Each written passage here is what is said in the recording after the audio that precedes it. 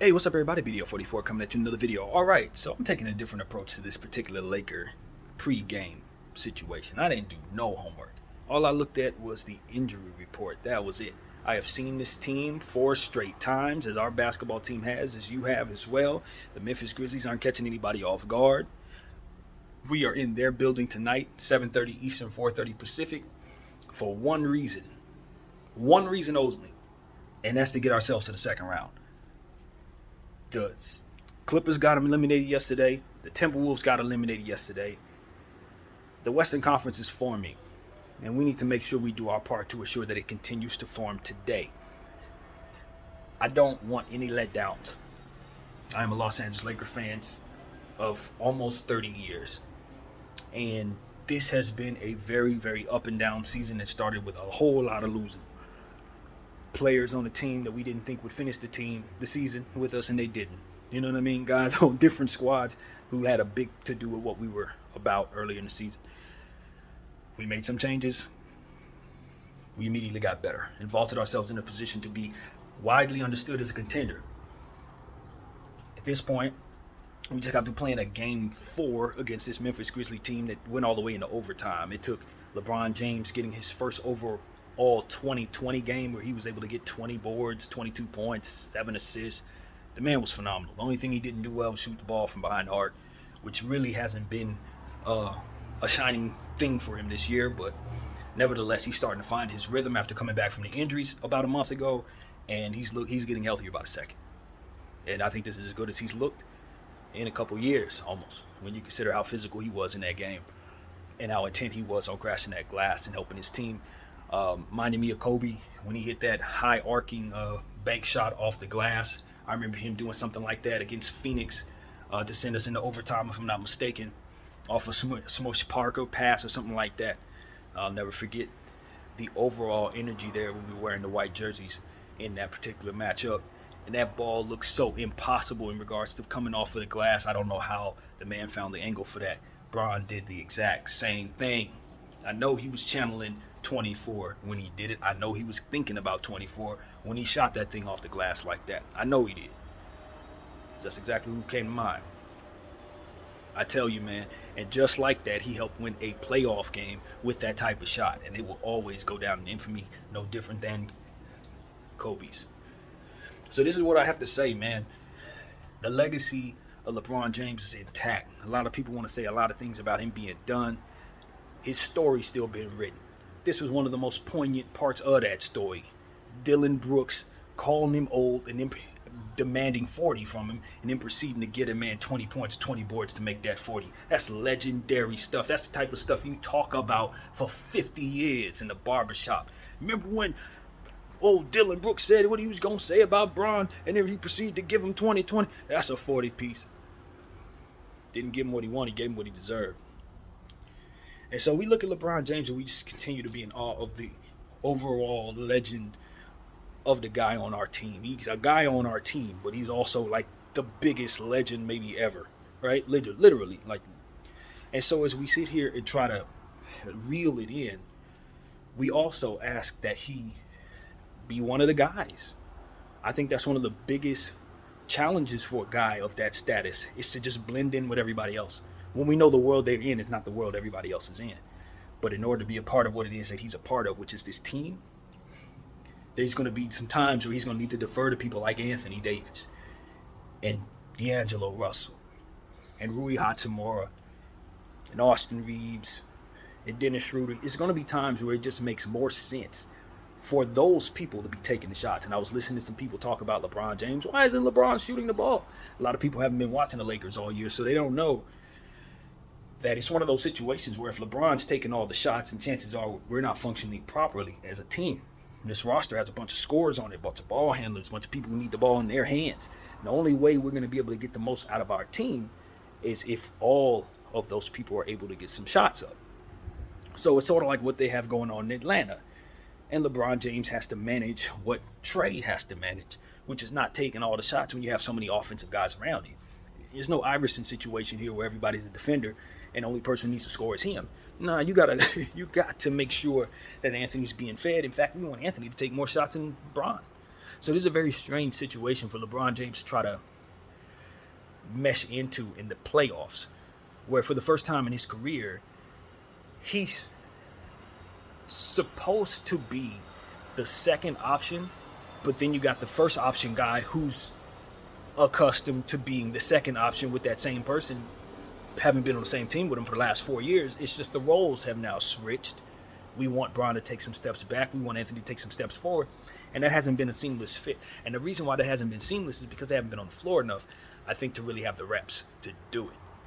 And this team, we've had so many injury issues, guys going in and out of lineup, those two particularly not being on the floor at the same time. It just becomes a situation where the Los Angeles Lakers just really haven't had the chance to find that synergy. Whether it be because we haven't found enough practice time because of that injury issues, or just the fact that guys are older and just didn't practice as much. But I was encouraged very much to hear that LeBron James had one of his very best practices, if not his very best practice with the Lakers, right before this 2020 game. And I'm not surprised to see those two things in correlation. I think that practice is very important in regards to LeBron James getting the type of conditioning he wants to get into to finish out the stretch of the playoffs, and in regards to having it so that everybody around him is playing the way they need to be playing, so that we can learn the things we need to learn that we didn't learn with him being absent as a unit. It's the first time our team has been healthy all season long, has had its full unit all season long. Heck, has had an actual team that they actually wanted on the floor for the first time all season long. So this is when our team gets a chance to run those practices. This is when we get to learn those sets in the playoffs. Not ideal, but it is our circumstance. So that's what you're seeing. LeBron James and Anthony Davis are starting to find their way. For the first time in several months, we've seen them both yelling at the same time at the end of a basketball game because LeBron James had made the last shot. Those are the type of moments that can help recreate the chemistry that we had in 2020 when we won the championship in the bubble. But this ain't no bubble. We just got on a flight and we've landed in Memphis, and that building is going to be loud, it's going to be hostile, and their team feels disrespected because a lot of people have written them off as a bunch of kids that run their mouth but don't back it up. That's all they've proven. Albeit undermanned because Steven Adams and Brandon Clark are missing, but at the end of the day, they ain't backing up the play. They call Bron old. Desmond Bain said that Rui Hachimura wasn't going to have another game like that. None of them guys have played better than none of those guys they've been talking about. They've been disrespecting people that have flat out beaten them handily. And at this point, it's time for those same people to send them home. So that's what we've done. We've hopped on a plane with them to assure they got back safely. And we're going to leave them there as we fly back to California to play one of the two California teams. So that's what I see coming tonight if we handle our business. A lot of people are picking the Memphis Grizzlies to win this game. I am not. No, I'm not. This series needs to end tonight because the Los Angeles Lakers need the rest that comes with getting this thing out the way in 5 games. The Lakers have no business needing to play any extra basketball against the Memphis Grizzlies. We've played against the Memphis Grizzlies 4 straight times. We've seen everything the Memphis Grizzlies are willing to throw at us, even though I know they have more. But Taylor Jenkins is throwing what he feels is best, and we're knocking it away. We're batting it away like a fly flying at us. And at the end of the day, that's all we need to do. We led this team in block shots, or won that matchup, swatting things away, which is what the correlation would be to that. And I think at the end of the day, we're going to continue to block shots. We're going to continue to find defensive production that will turn into offense. That's what's been working for us. And this team is on its last leg. Even though Ja Morant is trying to play through the hand injury, and you would think he would be getting healthier as the series progressed, he had a setback with that hand last time. He fell on it and did a few other things that I think he shouldn't have done in regards to being in midair. And he just needs to overall take care. He needs to be more mindful, in my humble opinion, that the floor is undefeated, as they say. And him hitting the floor is going to limit how many times he's able to jump off of it going forward. So I think, he was very, very blessed to not have the same type of injury take place in regards to his hand when he charged into LeBron James in the fourth quarter of that game last. And a lot of people don't realize that LeBron James purposefully broke his fall. It was because LeBron James was able to go backwards with his legs. If you watch the replay, you can see LeBron James backpedaling while cuffing young Ja in midair and allowing him to gracefully fall on his shoulder. LeBron James was fully in control of Ja Morant and how he landed. It just shows the genius of LeBron James and the subtlety of what it was that was going on there. I think only Ja, myself, and LeBron James seemed to know that that's what took place there. But Bron was like an angel out there saving that boy from falling directly on his head. And if he wouldn't have backpedaled like that, if he wouldn't have caught that guy, it would have been as bad as we thought it was going to be. It was Bron saving his butt. But nevertheless, Ja needs to learn a lot of lessons, both on the court and off the court, both in midair and on the floor. And it's time for those lessons to be learned tonight. It's time for him to go into the offseason with a long period of time to not only work on healing that hand, but work on healing other aspects of his life so he can get back on the right side of things and focus on only basketball. And while we've really appreciated seeing him compete, especially in Game 3, where he went completely nuts, even though we were able to overcome him, at the end of the day, or did we? Was that the game we lost? Yeah, that was the game we lost. Either way, it was good seeing him ball out like that. Was that the game we lost? No, it wasn't the game we lost. He did go off in Game 3. I had it right the first time. Either way, we enjoy seeing Ja Morant go off for what he's doing, but at the end of the day, his teammates been talking crap. The Baines and those guys, the Brooks of the world, they've put a target on Ja's back that was already there just off the strength of him being the Grizzlies' number 2 seed and him being Ja Morant. But nah, they had to get us fired up. They had to call us old. They had to say we were weak or whatever they were saying. And so now, as we approach Game 5, a closeout game, we hear crickets. Where is the talk? Where is Bain? Where is Brooks? What happened to the 40? The man didn't even want to talk to the media at the end of the game. After all this head he's been talking, we've been waiting. Laker fans have been sitting here waiting for the Memphis Grizzlies to give us all that IG conversation. You know how they terrorized their opponents all year long on Instagram, putting up all kinds of funny memes, taunting. They've been the loudest bunch. And it's so very gratifying to have a 3-1 lead against them, but it means absolutely nothing if we blow it. And we know 3-1 leads can get blown, Laker Nation. We've seen 3-1 leads blown down the hall. Doc Rivers blew a couple of them with the Clippers, if I'm not mistaken. So this is a situation where we're not too confident. We're eager to end this series for a multitude of reasons, but none more than the fact that we just need the rest. Forget those kids and what their lessons they need to learn. It's about the rest for our older guy, LeBron James, and Anthony Davis as well. And D'Angelo Russell and everybody else who's ailing on this team with little things that have come about throughout the season that makes it so that they have a little pain about them. So this is what it is, man. I don't know when Taylor Jenkins is going to realize that he has a 270-pound power forward that is capable of shooting threes and driving at the rim repeatedly with great touch and good free throw shooting. I don't know why that kid is not in regular rotation when you don't have Brandon Clark. That kid would have been the first person off the bench getting 35 minutes a game if I was coaching that team. I kid you not. You would have never seen no Dylan Brooks. You would have seen a whole lot of Kenny Lofton, though. That you would have seen. But whatever the case may be, I appreciate them not playing him because I think it's catered to a big reason why we have the 3-1 lead we have. And so, this is where I look at Taylor Jenkins. I say, thank you, sir. You have made life so much easier for us, and I expect more of the same tonight. Please continue to play Dylan Brooks. I think the guy's probably like 3 for 25 from behind the arc. I didn't look at the stats, but I'm off of brain. He's hit about 3 of them, and he shot a lot. Desmond Bane had 37 points in the last game, but he was 3 for 10 from behind the arc. If I'm not mistaken, they were like 10 for 40 something from behind the arc. I don't know why they thought they could shoot the 3 better than they did on the road, but they kept shooting it, and they really did cater to their failure. And granted, you got to give our defense credit because we weren't giving them nothing but jump shots. But at the end of the day, you can totally see why Ja Morant took the chance and drove at LeBron James in the way that he did in the fourth quarter, because it's really the only pressure they were getting on the rim. They weren't getting it from nowhere else. And so if I were a Memphis fan, my mindset would be trying to put more pressure on the rim. So since I'm a Laker fan, I would say please continue to protect the rim. Because if they're going to make any adjustment to help themselves, they're going to have more people driving at the basket, trying to get us in foul trouble sooner, because that's something that kept AD off balance. He missed a couple shots, got in early foul trouble, and that was why the game was so close. If he would have been out there playing his best the whole time, if we wouldn't have had to balance around foul trouble in any way, I think we would have won that game by double digits. The way they were shooting, maybe even more than that. So this is a situation where I just think the Memphis Grizzlies as a whole are probably just depleted.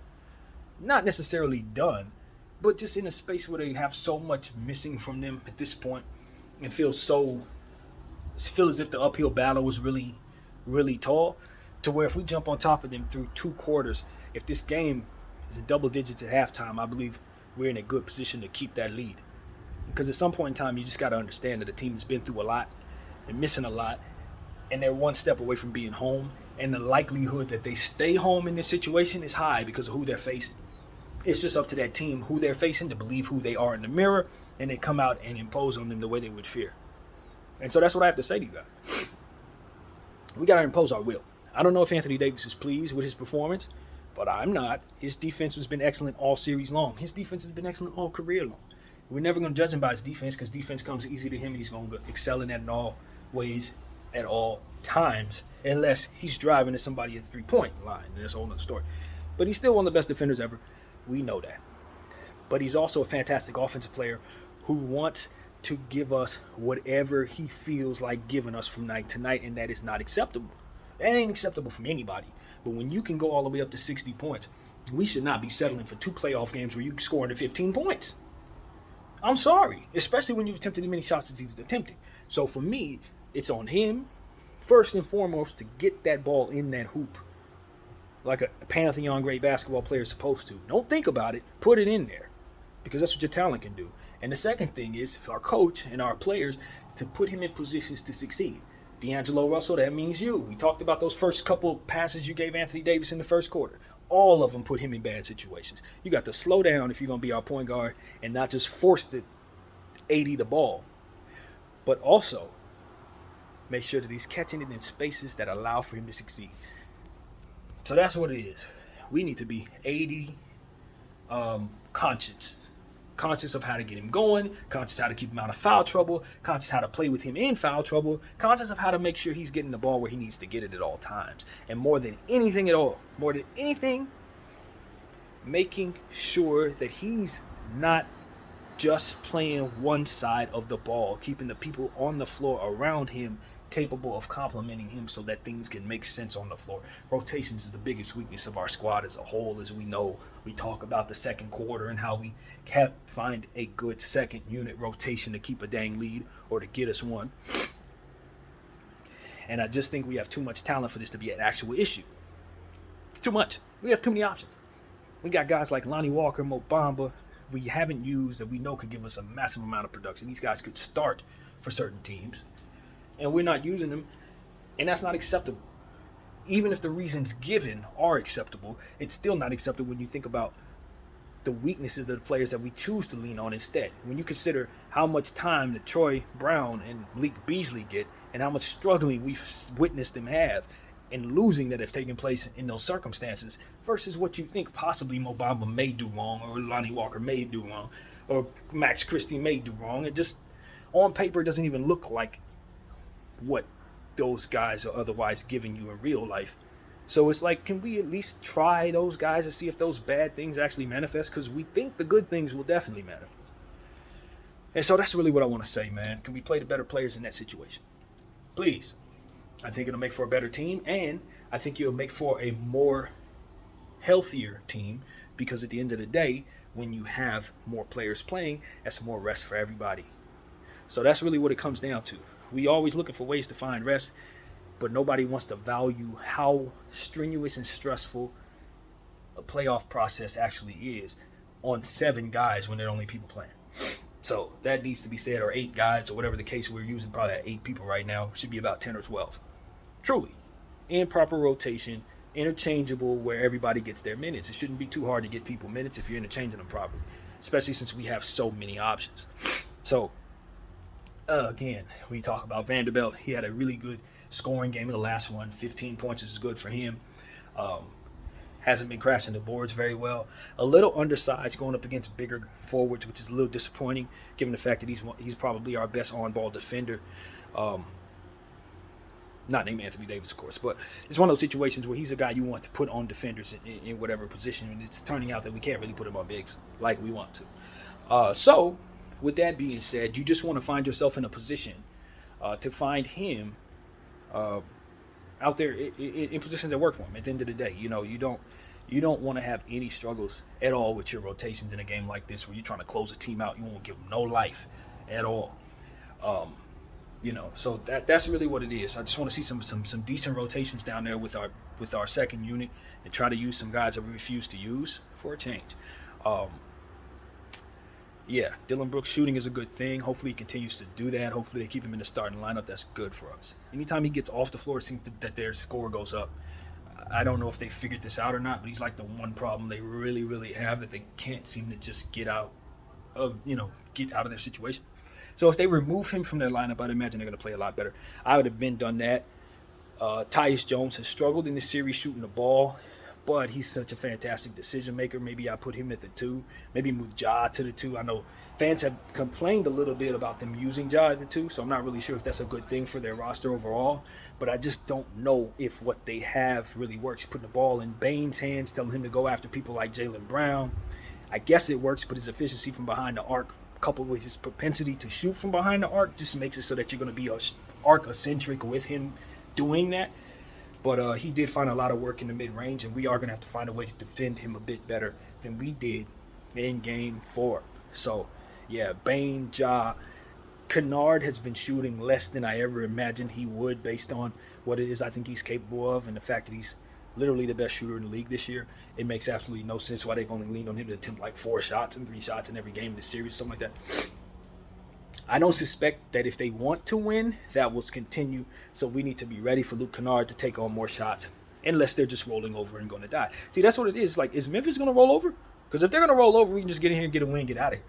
But if they're going to use what it is that's possible to compete with, then we have some things we really need to consider. But if they keep running out there the way they've been running, we're just going to go in there and beat them again. Because that's all it is. It's them just basically shooting a bunch of threes, not really being able to penetrate our offense, our interior defense like they need to. And then from there, we're scoring in the paint well enough that it's making things difficult. Now, here's something that I want to do. I haven't done enough of this. Jaren Jackson, you need your flowers, bro. You've done a fantastic job on Anthony Davis. That's the reality of it. Anthony Davis has played terrible, and Anthony Davis has gotten a lot of blame for that. But the defense of Jaren Jackson and Xavier Tillman and everybody else that they've put on AD is not getting the credit. Their double teams, Jenkins' scheme, it is made for us to be really, really frustrated with Anthony Davis. They've done a phenomenal job on Anthony Davis, and it starts with Jaren Jackson, the Defensive Player of the Year. So that's what we need to start giving a little more credit to. Anthony Davis is having a terrible series. Why? Because he got Jaren Jackson and Tillman and those guys hounding him every time he touches the ball. So they need more credit. That's what needs to be said. They need a lot more credit. What else? What else, man? I'm just really happy that Taylor Jenkins is not using his entire team properly. He's playing his rotations about as bad as I've accused Darvin of doing in the past. And Darvin has kind of shored up some things. I like the stuff that works and how well it does work. So I'd say that Darvin Ham is winning the series in the coaching battle. That's what I can say through 4 games. We're up 3-1, and part of that is because Taylor hasn't done a greater job as I would expect in regards to what he's doing and who he's using. But of course that works in my favor. I'm a Laker fan. I want to see that. What else, man? We gotta continue to respect that Xavier Tillman is someone that LeBron James is having a difficult time getting past. I think it's one of the reasons why Brian has been selling for so many threes now. I'm starting to realize that first step ain't really getting past people like he used to. He may be able to do it here and there, but as consistently as he would need to get past Xavier Tillman properly spaced, he's not getting around him. So we need to respect that and put some screens out there for Bron to be able to maneuver around, so that Xavier Tillman ain't creating so much havoc for Bron off the dribble. Because we need Bron to be able to dribble past this man and get to the cup and all of that good stuff. But if he's having trouble with that first step because Tillman's just simply big and strong enough to deal with him, then we got to get his butt off of LeBron James. We gotta put screens there to stop that from being the case.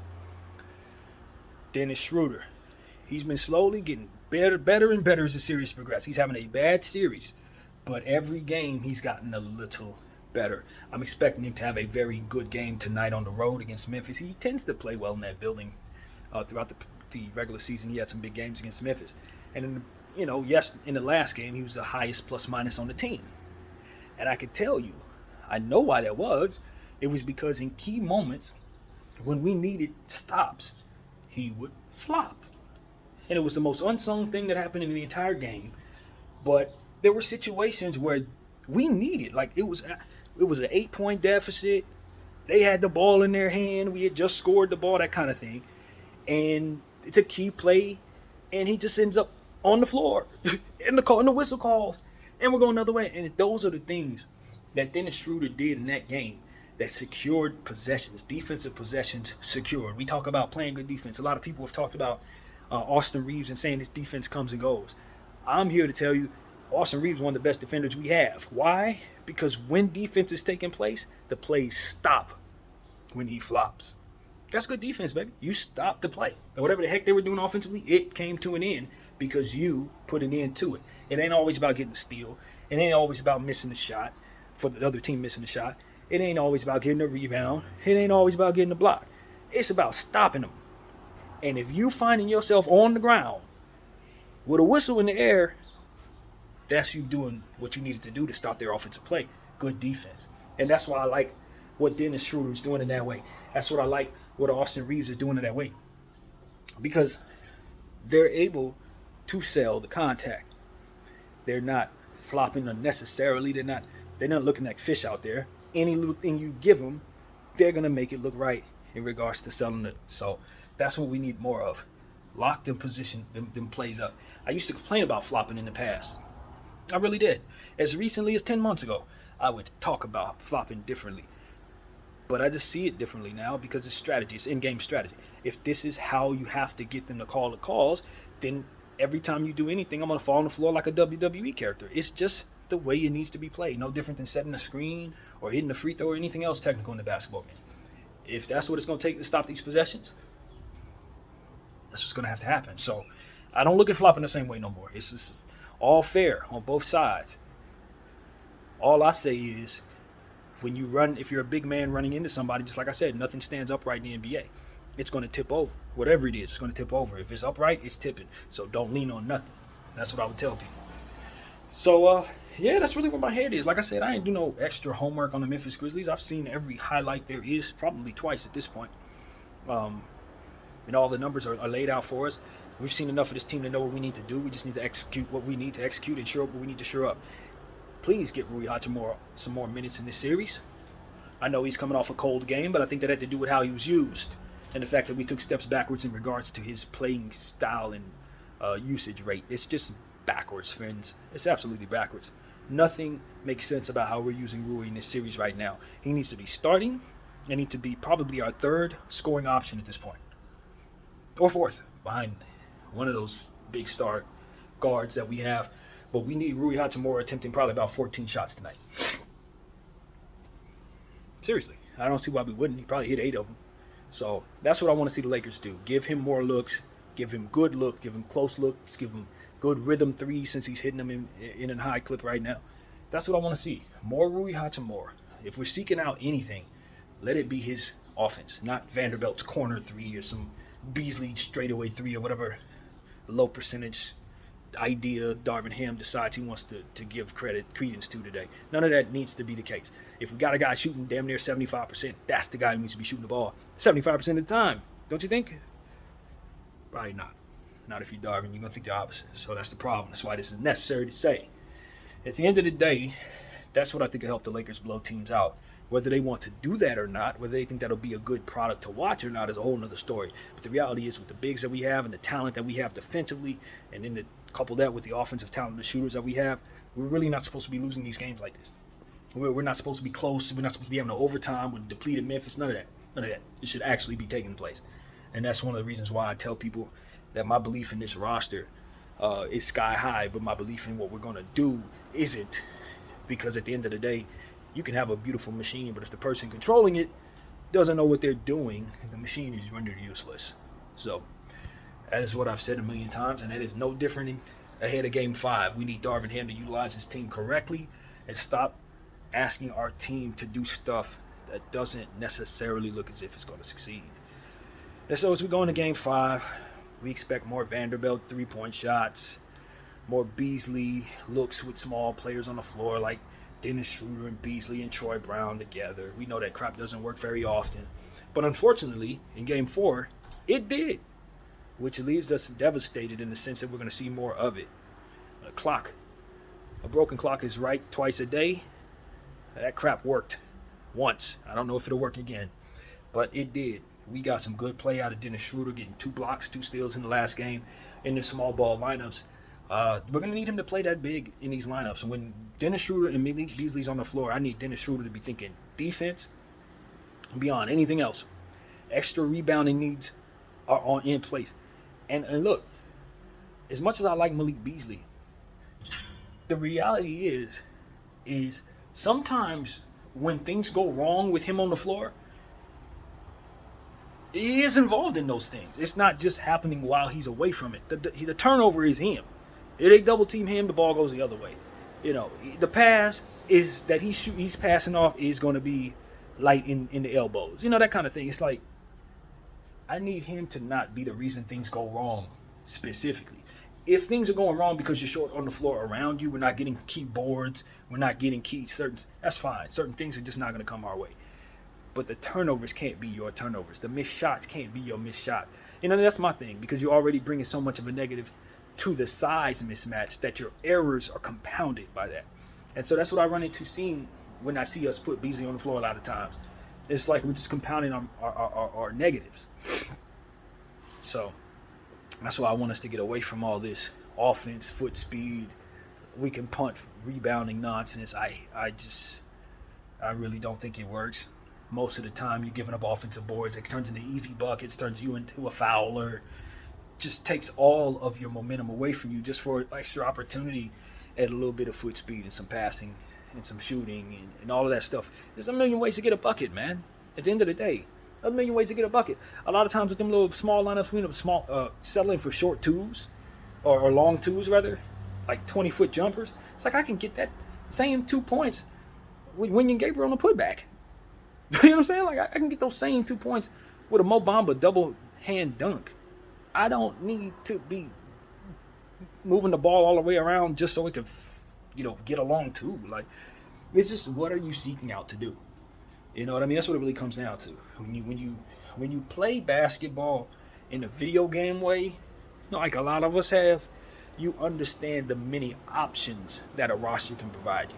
Because you're not running with one person. It's not you down there. You look at it from a chess game type perspective. So it's like when I see our coach put certain pieces on the floor, it's like, all right, I know there are technical things about basketball I don't understand. Rebounding isn't only a big man's game. You got to be able to work around the elbows to get long shots, long rebounds. That's probably a guard's job. Just like Josh Hart said, Robinson gets the rebounds that all game long. I get the ones that break the team, that break the back of the team or whatever he said. That's real. Guards can get those boards that ultimately seal the game. The long 3-point shot that your Jason Tatum will take, it's Josh Hart that's going to grab that board.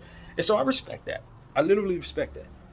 But at the same time, it's like, I still think that the highest point is where you want to be. And to be at the highest point, you got to be taller than everybody else. So at the end of the day, if we're not using our size to get to the highest point in basketball, it just seems like we're defeating our purpose and we're making the game harder for ourselves. So that's what I want to say, man. Stop this small ball, 3 ball handler, guard, 2 forwards, and you think that's going to get you some rim protection because Rui can block a shot here and there. Garbage. That doesn't work, man. It doesn't work. You may succeed doing it, and see, that's the difference. I think I need to clarify. Just because you succeed in doing something doesn't necessarily mean it's prone to work. As I said, a broken clock right twice a day. This is what I'm saying to you. We've seen it succeed. We've seen us do things with this small ball lineup and say, oh, they got to stop. Oh, they got a board. Oh, they did what they're functioning to do. They're getting a bunch of shots. But at the end of the day, if you put the bigs on the floor, they'll do what they're functioning to do too. Oh, you're killing them on the boards. Oh, you got 6 blocks. Oh, like these are things that are going to come if you just choose to do certain things. The strengths will show with whatever it is you choose to do. No different than the weaknesses will show. So if those bigs aren't able to keep up with those little bitty guys, then obviously they're little bitty guys going to run past them. But what you will have is boards, easy shots. The score will go up because those easy buckets are going to be coming more frequently. So it's like, it's just about what you choose to do. What are your choices? What do you want to see happen down there? And what we want to see down there apparently is a bunch of little guys shooting at the ball all damn day. And what I think is going to happen when you do that is watch easy buckets go up on the other end. And so it's just a philosophy thing. I'm right. because the score shows me I'm right when I say this. We see what happens when little people are on the floor. So it's just, we're digging holes for ourselves. This is how we do it. And I expect to see more of that tonight because that's what we do. And our team is going to have to find a way to get out of it. Anthony Davis and LeBron James are going to get beat up trying to get themselves out of that situation. And that's something that Darvin can do something about. He chooses not to. And it makes for a more difficult game for all of our players. So that's what it really comes down to, man. What do you want to see? Do you want to see little people keep up with little people? If that's the case, you'll just see little people fast feet running all over the place. And then shots will still go up because those little people won't block those shots or contest those shots at all. They'll just be fast enough to keep up with those guys. It'll just be a nice little synchronized run around. Wee, wee, wee, layup, wee, wee. A bunch of short little people running around. If that's what you like, go for it. Me personally, I like length. I like easy buckets at the rim. I like people who can dunk the ball without even needing to get on their tippy toes, because that means that the bucket was very easy. And easy buckets mean that less energy is going out, less inertia is being given out, less people are getting hurt, more opportunities to just walk up the court because the buckets come easy. Ain't got to rush over there to dive over there to get the loose ball, dive over there. All that stuff comes from everybody being tiny, a bunch of people shooting from far away. That creates a lot of that. I want the game to be inside, physical. I want to utilize the fact that we have more bigs, stronger bigs than them. They got Jaren Jackson, Tillman, and that's it, because they don't want to use Lofton. Then they'd start using Zaldama. Zaldama's small. He's not a big person. We got all these bigs. Tristan, Mo, 80, Braun, Rui. All these people are huge, man. We could compound that. We could wear Jaren Jackson out so bad. He'd be huffing and puffing, hands on his elbows and knees,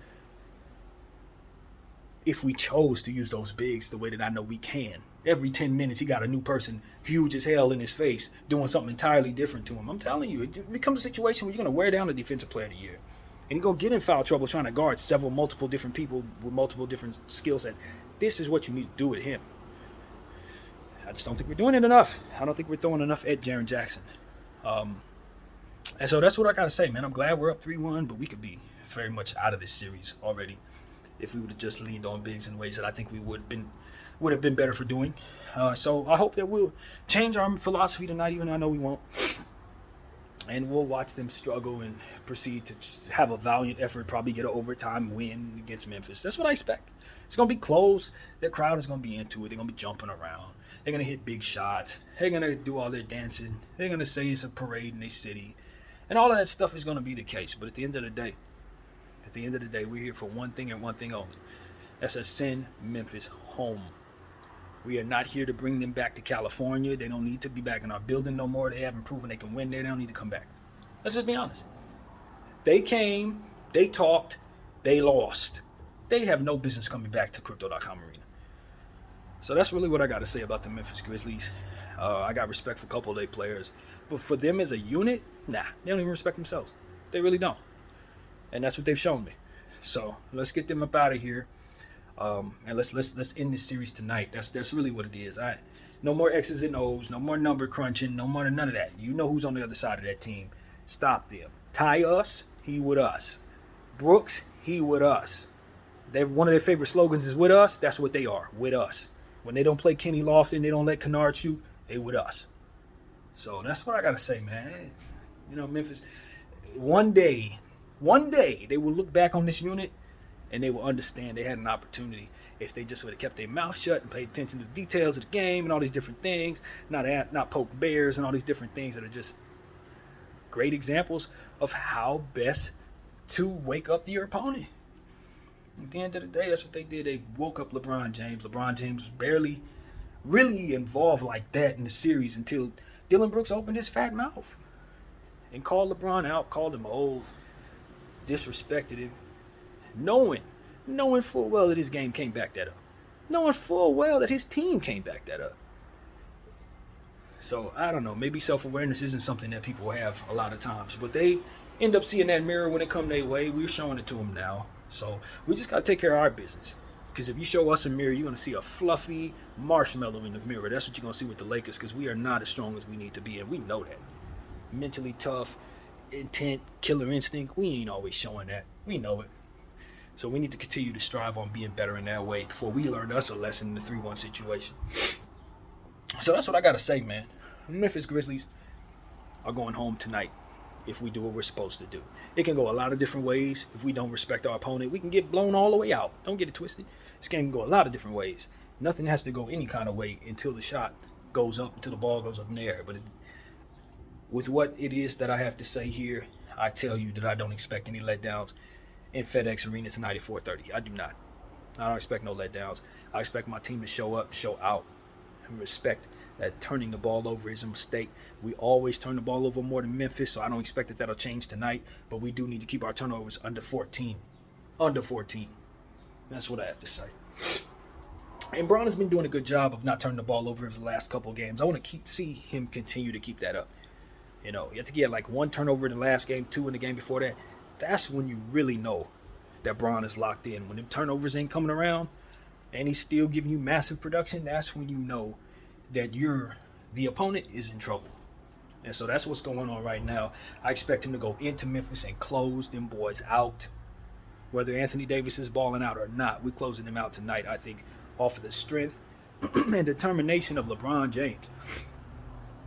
Also, Austin Reeves is going to step up too. He was the high man in the last game. I didn't give him a lot of credit for how he played for some reason. I don't know. It's just kind of slipped through the cracks. I was thinking about everybody but Austin. But Austin had a heck of a game in that last one. And I think that will carry over on the road as well. His three-point shot, his ability to get and ones, attack defenses in so many different ways, close out defensive possessions is already mentioned. He's just one of our key players. And so at this point, we all have all the faith in the world in him. We don't know what his ceiling is necessarily, but we know it goes up really, really high. And so I wouldn't be surprised if he has a career high tonight or if he contributes in a great way. It wouldn't shock me at all. I think the opportunities will be there all playoffs long. Because at the end of the day, he ain't going to be getting the defense that he would otherwise get because Anthony, Braun, and D'Lo on the floor. So he's one of the most dangerous players in the playoffs just because of that. And so that's what I expect. He's going to hurt teams. And I expect Memphis is going to fall to him tonight. So that's what I got to say. And also D'Lo. D'Lo should feel really good about how that game panned out because he was awful in the first half, and he's been awful pretty much all playoffs. But he had his triumphant moment in that last game with 3 straight threes, key threes that ultimately erased the deficit that we needed erased very badly. So he not only saved our game, but when you consider the fullness of the series and the fact you don't want to be in a 2-2 situation, he might have saved the season.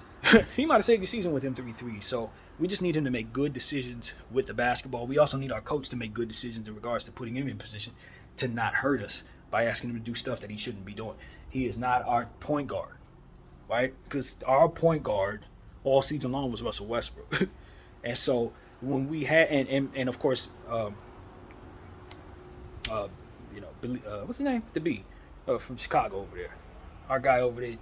Anyway, those are the point guards on the team. His name, I want to say Beasley for some reason. It's not Beasley. But,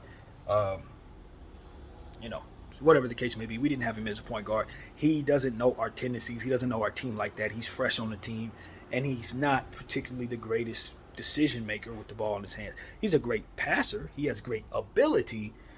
But that's not what you want him doing in a playoff situation with your season on the line. You want him to be kind of off the ball, making hockey assists, doing different things that allow for him to shoot the ball. I don't need him to be my primary ball handler. Put the ball in Austin's hands. That's the person I want making decisions for this team like that. If LeBron James is going to be off the ball, it should be Austin Reeves, not somebody who just got on the team a couple months ago.